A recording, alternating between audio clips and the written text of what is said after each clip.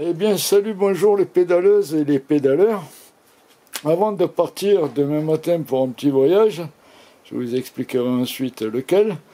Je vous fais voir ma remorque telle qu'elle va être demain. Pour l'instant, je vais la vider, la plier et vous allez voir ce qu'elle peut contenir. Nous allons la peser ensemble. Voilà, elle est vraiment pleine. Finalement, j'ai remis la petite tente orange parce qu'elle est quand même plus légère et plus petite.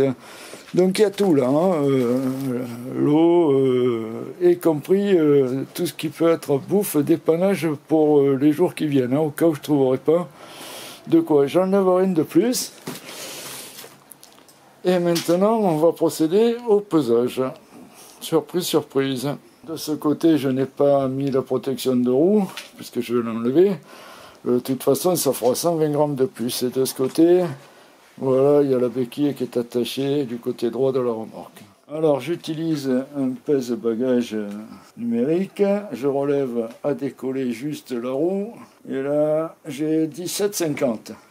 Quelqu'un prend des notes, 17,5 kg. Alors il est tard, le soleil est déjà couchant là. Je soulève la roue gauche et là j'ai 17 kg tout rond.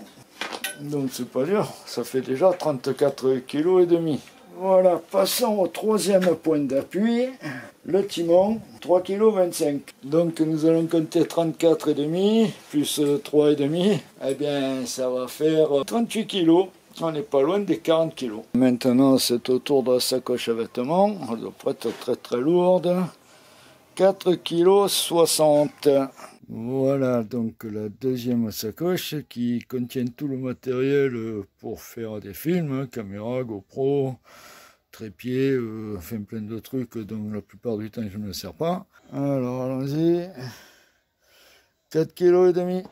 Bon, au moins ça va, puisque le porte-bagages est prévu jusqu'à 15 kg. Vous avez vu le chargement de la remorque et la pesée, donc vous voyez bien que je ne pars pas à vide. Et par rapport à la dernière fois, vu que les 10 kg qui sont gagnés sur la remorque sont perdus avec le vélo qui est plus lourd, donc c'est à peu près pareil. Mon projet de voyage était assez simple. Je comptais partir de la côte, voire de Béziers, parce qu'il a fallu que je remette un peu.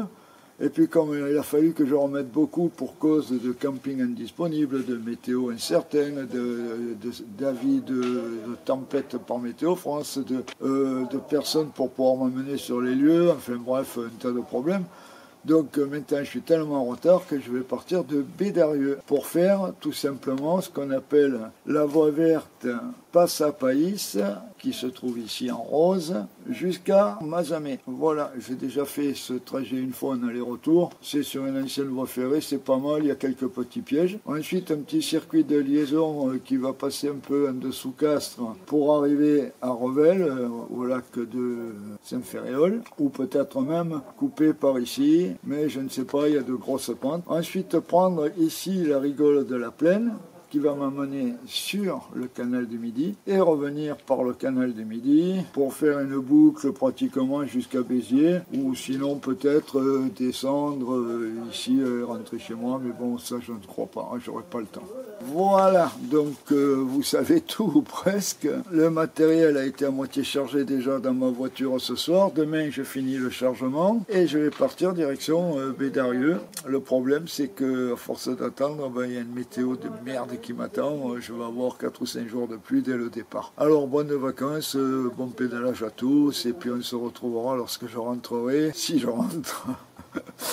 Et lorsque j'aurai monté les films. Allez, bye, bye bye à tous, portez-vous bien, prenez soin de vous.